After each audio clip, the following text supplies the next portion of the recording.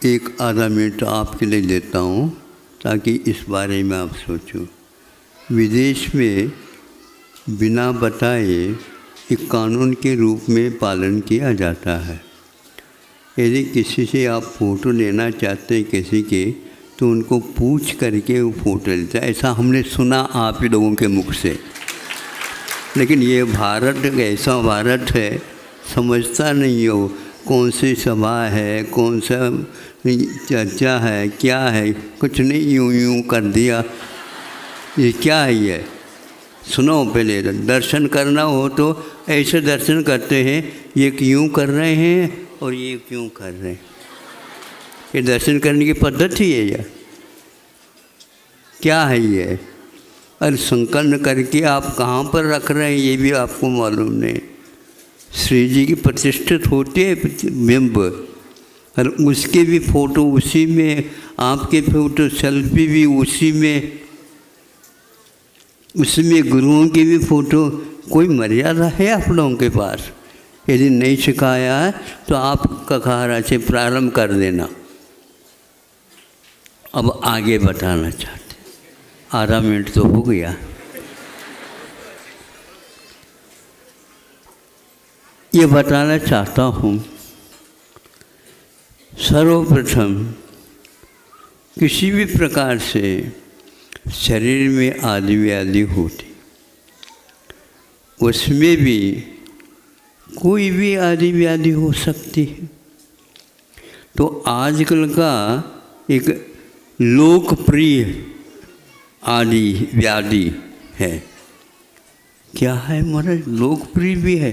लोकप्रिय का अर्थ सबसे ज़्यादा उसका फैलाव है, और विश्व में सबसे ज़्यादा फैलाव इस भारत में है उसका। और आज तक विदेशियों ने आप लोगों से पैसा निकालने की अपेक्षा से, क्योंकि लोकप्रिय तो हो ही गए आपके यह रोग बिल्कुल ठीक होगा। क्या है वो लोग जिसको एक प्रकार से मधुमेह बोलते हैं ना, हाँ, शुगर की बीमारी,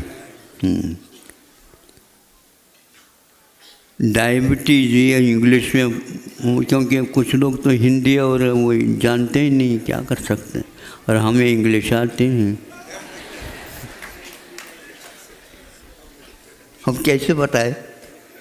फिर भी उनका ये प्रचार आज तक सुना हमने भी, क्योंकि 50 वर्ष से यह व्रत देना अपना काम तो होता, आते हैं इस प्रकार के देते हैं। अब उसमें एक डॉक्टर भी आए, जिस रोग की बात मैं कह रहा हूँ उस रोग से वो भी ग्रसित है, और वो दूसरे के लिए दवाई भी दे रहे हैं, और स्वयं के लिए वो विश्वास नहीं उसके ऊपर। पूछा हमने, क्यों महाराज? यह सिद्धांत है, इस रोगों में ये रोग बहुत दीर्घ न समझे, बहुत कालीन चिकित्सा अपेक्षित रखता है, इसलिए। और दूसरा ये पक्का है कि इसमें 2 घंटे 1.5 घंटे इत्यादि की बार आप भोजन करते रहिए, ताकि इसका नियंत्रण बना रहे। इसका इलाज तो है ही न। अब ये बात तो हमें पहले से बांध दिया उन्होंने, किंतु एक लेख पढ़ा था, वह यह है, जापान में यह वैज्ञानिकों ने सिद्ध किया है, अनुभव किया, जैसे उनकी पद्धति होती है अनुभव की सिद्धि की। 10,000 व्यक्तियों के ऊपर इसका प्रयोग किया उन्होंने। अब इसके ऊपर विश्वास रखो या न रखो, उनका ये कहना है उपवास के द्वारा यह शुगर की बीमारी नियंत्रण ही नहीं, ठीक हो जाती। अब हम आचार्य स्वामी समंतभद्र की ओर आते हैं।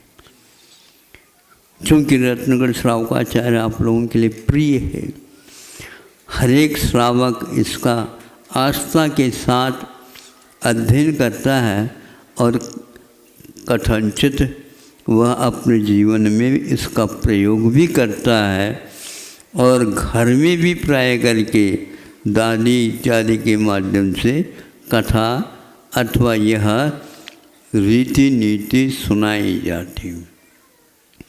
अपने यहाँ 11 प्रतिमा में 2 प्रतिमाएँ ऐसी हैं। दूसरी प्रतिमा में 12 व्रतों का उल्लेख विवेचन मिलता, अलग रूप से शाम अपने संलेखना भी है और कोई उसी में मिला करके 12 व्रतों में लेते हैं। अब उसमें दूसरी प्रतिमा में एक प्रोषद व्रत है, एक प्रतिमा में एक व्रत है प्रोषद व्रत, और चौथी प्रतिमा में जाकर के प्रोषद उपवास है, प्रोषदोपवास। पुनः यहाँ पर भी प्रोषद और वहाँ पर भी प्रोषद, ये की क्या मामला है? ये मामला सही यह है, मान लो आपने अर्थशास्त्र लिया, अपना विषय बनाए, अब मान लीजिए उस वह 3 साल लग में पूर्ण हो जाता है, तो 12वीं के बाद 1, 2, 3 इसमें वह पूर्ण हो गया, स्नातक हो गया। पहले वर्ष में भी वही अर्थशास्त्र चल रहा था, दूसरे वर्ष में भी वही अर्थशास्त्र चल रहा है और तीसरे में भी वही अर्थशास्त्र चलेगा। इसके आगे भी पूछो तो स्नातकोत्तर, पहला प्रथम वर्ष है, क्या है? स्नातकोत्तर का। फिर इसके उपरांत ये हो गया। फिर भी और यदि विकास चलना चाहते हो तो आप उसमें शोध प्रबंध लिख सकते हैं। शोध प्रबंध से पूर्व में भी एक लघु शोध प्रबंध भी होता है। ये हाँ तो कहो तुम लोग, हमने सब सुनी बातें, आपको कह रहा हूँ।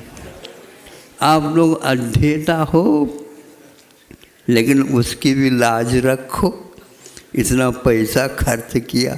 ये जिस प्रकार 12वीं के बाद से कितने हो गए गिनो नहीं उंगली से, अब बताओ तो कितने स्नातकोत्तर कितने वर्ष हो जाता है? हाँ, अब ये देखो पक्का हो गया। तो इसमें कोई अंतर है क्या? नहीं महाराज, बहुत अंतर है। अभी मैं सोचे शोध प्रबंध के बाद भी और एक प्रबंध है, वो क्या है?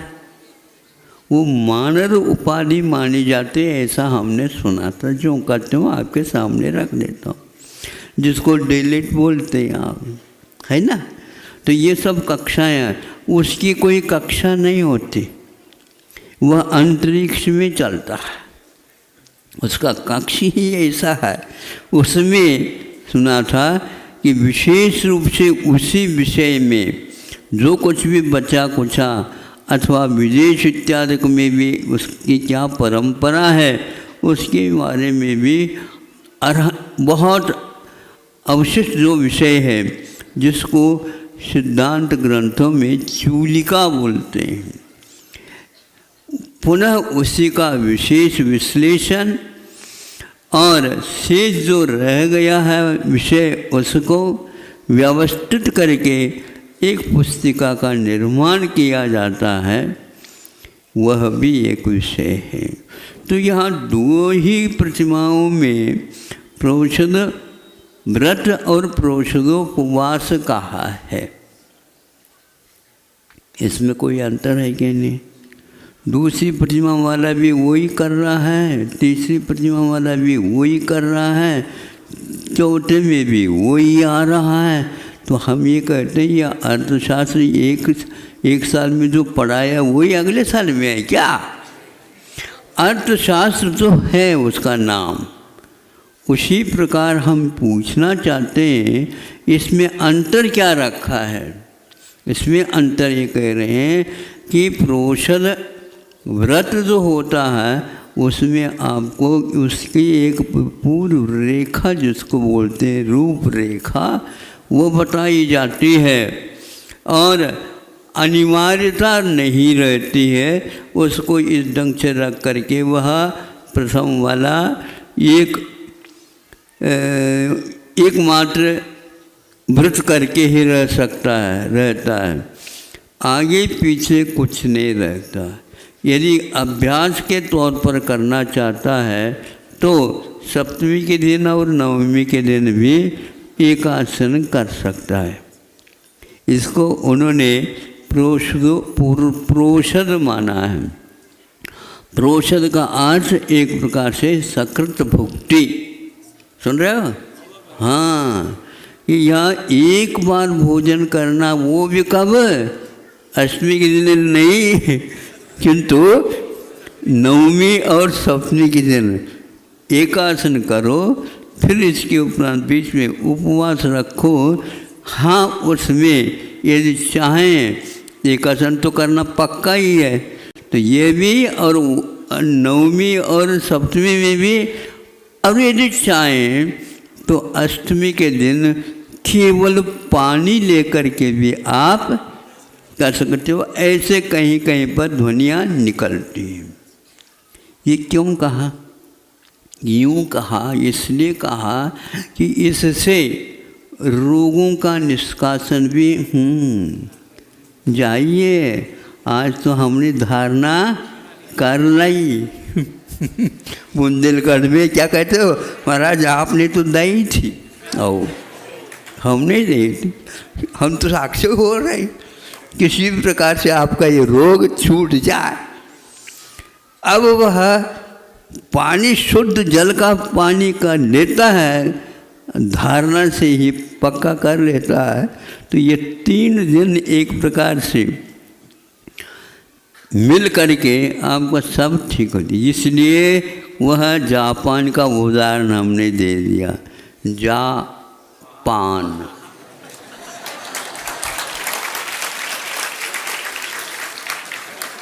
वहाँ पर भी आज चल रहा है, बहुत विश्वास के साथ चल रहा है।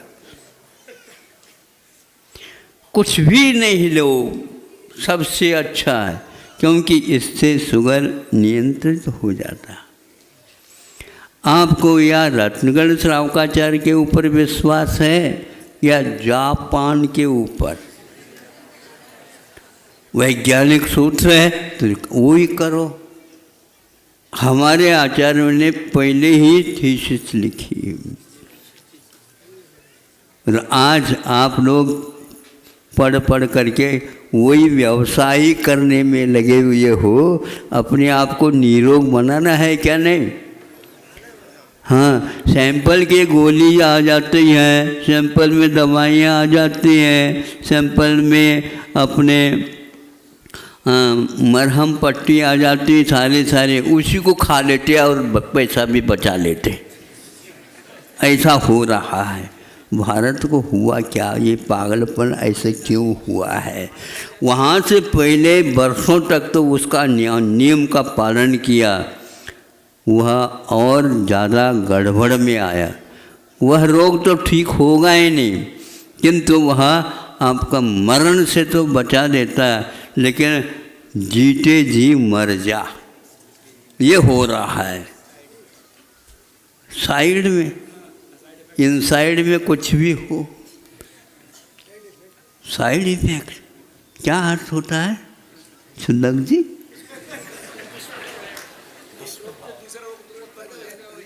मतलब बूढ़े बाढ़े भी साइड इफेक्ट जानते हैं, हम पूछताछ करके जान लेते हैं। आउटसाइड कुछ भी हो, साइड इफेक्ट क्या होता है? अफेक्ट भी होता है और इफेक्ट भी होता है। समझ लो क्या अर्थ होता है। अब चालू कर दिया नहीं, यदि शुगर की बीमारी के ऊपर इसके ऊपर नियंत्रण ही नहीं, उसको ठीक करना चाहते हैं, तो आपकी धारणा के दिन कुछ भी नहीं बनता तो कम से कम केवल पानी लेकर के आ जाओ। फिर उपवास बीच में वो नहीं होता तो जलपान करो। फिर नवमी के दिन एकासन कर लो, पहले बनाओ और छुल्लकों को इत्यादिकों को दो। फिर इसके उपरांत आप ठूस ठूस करके न खाओ।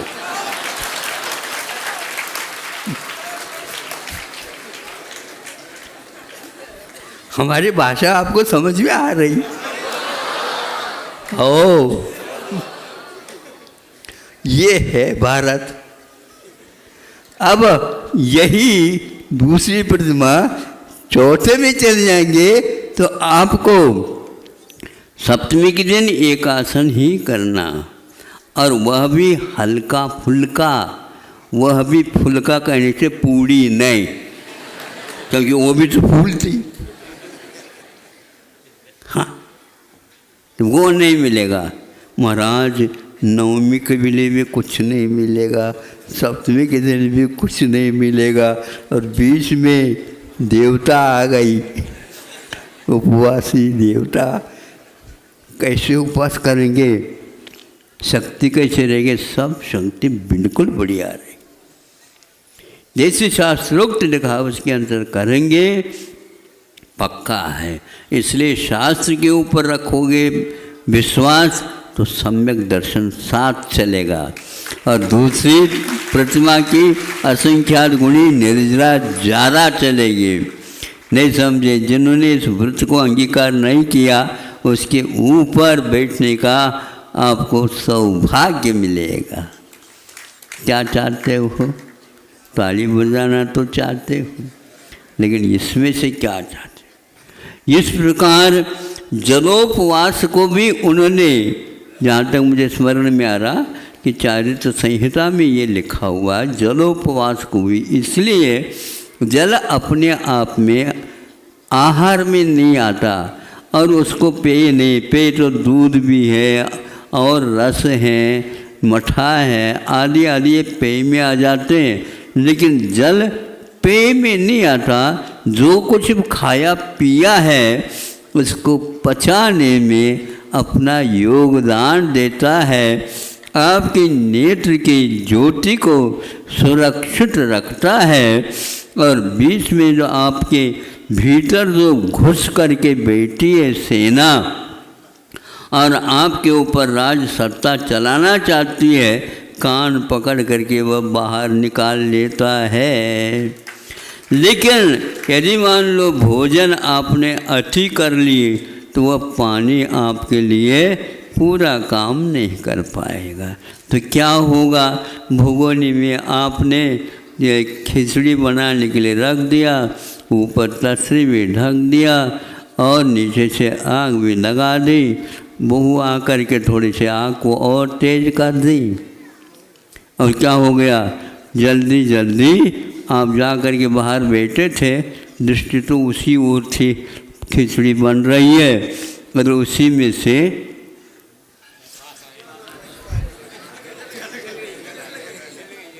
हाँ, हमारे यूँ करने से आपको ज्ञान कैसे हो गया? मैं सोचता हूँ अब विज्ञान आपके पास आने वाला। हाँ, कैसे महक आ रही है? नहीं महाराज, बास अथवा बदबू। अब खिचड़ी पक गई। क्या हो गया? पक गई। भागते भागते आ गए, एक ही बार में समझ में आ गए तो बहुत अच्छा। तो पानी पे ले लिया आए और ऊपर से उसको पानी डाल दिया। अब खिचड़ी क्या खिचड़ी, खाचड़ी ये हो गया। क्यों? क्योंकि आप अनुपात से सब कुछ डाला, लेकिन पानी की ओर ध्यान नहीं दिया। इसलिए आपको आधा भोजन करना है और दुगना पानी पीना है। दुगना का तो दुगना ही नहीं है, वो नीचे की ओर भी जा कर के जो बैठा है आहार, एक भाग उसमें भी जाता पानी, क्योंकि ये तरल है। जहाँ तक वह भीतर में भरता हुआ और जो आधा था वहाँ तक पानी आ गया। फिर इसके उपरांत 4 आना, ये आधा हो गया तो 4 आना और पानी पी लो। समझे? ये आचार्य महाराज जी की बात मैं कह रहा हूँ, अपने तरफ से नहीं। ये हो गया, फिर 4 आना और भर दिया तो 12 आना हो गया। तो एक कितने 3/4 हो गया और 1/4 रिक्त रखा। क्यों रिक्त रखा? वह श्वासोच्छ्वास के लिए मदद कर सके। इसको आकाश तत्व बोलते हैं। सुन रहे हैं? समय आपका हो गया। आज प्रोषद करना हो तो प्रोषद करो, आज एकाद जलोपवास करना हो तो जलोपवास करो, अथवा आप केवल जल ले करके रहना चाहते तो रह सकते हो। इस प्रकार आज आपके सामने कि एक प्रकार शोध ग्रंथ के साथ साथ हमारी परंपरा से आती हुई जो आगम की परंपरा है उसके ऊपर दृढ़ सिद्धांत रख करके आप लोगों को ये बहुत अच्छा धन्यवाद है, क्योंकि आपने बहुत शांति के साथ सुना। भीतर क्या खदबद हो रहा है आप जानो, लेकिन सही बात कह रहा हूँ। इसलिए जिसने यह विश्वास किया था कि मधुमेह शक्कर की बीमारी ठीक नहीं होती, आप दवाई लेते रहो और उसका सप्लाई हमारे पास भेजते रहो। हम एक पाई नहीं चाहेंगे।